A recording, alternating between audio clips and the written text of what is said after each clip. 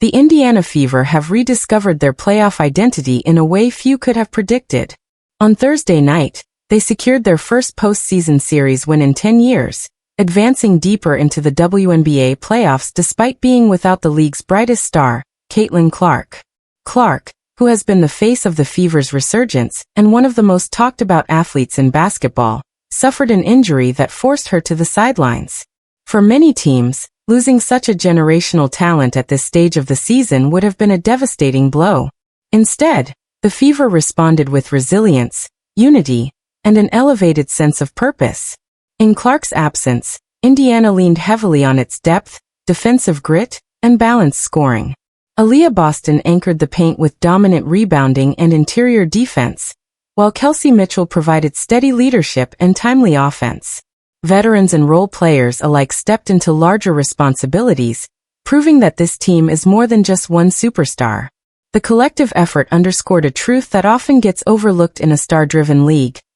Championships are built on adaptability and trust across the roster. What made this victory even more significant was the weight of history. The Fever have endured years of struggles since their championship run in 2012, often finishing near the bottom of the standings. Clark's arrival this season was expected to change the trajectory, and it did.